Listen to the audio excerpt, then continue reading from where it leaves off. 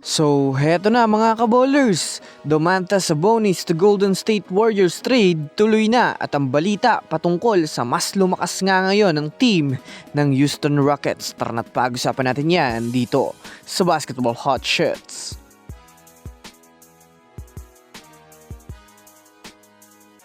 Una nga muna tayong dumako mga kabowlers sa balita patungkol sa mas lumakas nga daw ngayon ng team ng Houston Rockets. Sa ngayon nga po mga kabowlers, matapos makuha ng Rockets si Bogdan Bogdanovic ay maraming ang Rockets fans ang natuwa matapos makakuha sila ng isang star caliber na manlalaro na maaaring makatulong kay Durant at Sengun sa pagbuhat ng opensa. Nasasamahan pa ng kanilang malupit na shooter na si Reed Sheppard. Alam naman nga natin kung gaano ka-unpredictable ang laruan nito ni Bogdan Bogdanovic. Kung susumadayan nga natin mga kabowlers, hindi nga ito basta-bastang player lang na hahayaan mo, kampantihan lang ang depensa. Bukod pa dyan, napunta rin nga sa kanila itong si Marcus Smart na nag-agree ng $13 million 2 years contract. Kaya masasabi natin mga kabowlers na magkakaroon ng Rockets ngayon ng isang magaling na guard na maaasahan sa depensa, sa pasa at hustle.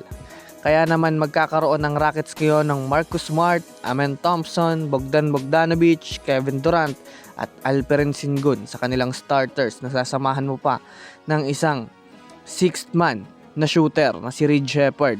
Na masasabi nating mas naging organized talaga ang kanilang lineup ngayon kumpara last season.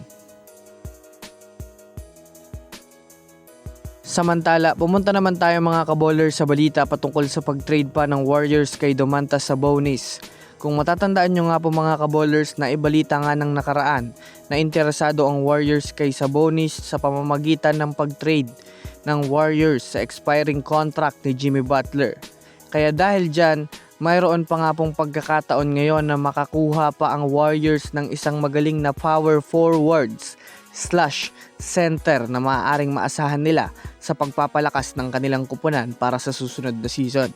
Alam naman nga natin mga kabowlers na matagal-tagal na rin naman nga pong pinapakitaan ng interest ng Warriors itong si Domantas Sabonis dahil sa playing style nito na maihahalin tulad kay Draymond Green, ngunit mas malakas lang nga itong si Sabonis pagdating sa opensa dahil sa lakas nito at pagiging magulang sa ilalim ng basket. Kaya ngayon ngang hindi nakuha ng Warriors itong si Anthony Davis, maaari pa rin ngang makuha ng Warriors itong si Sabonis lalo pat open nga ang Kings ngayon sa trade nito ni Domantas Sabonis. Kaya abangan natin ito mga kabowlers.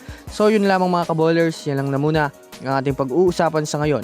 Pindutin ang subscribe and hit nyo na rin ang notification bell para sa mga susunod na updates sa mundo ng basketball. Again, this is Basketball Hot Shots. Thanks for watching.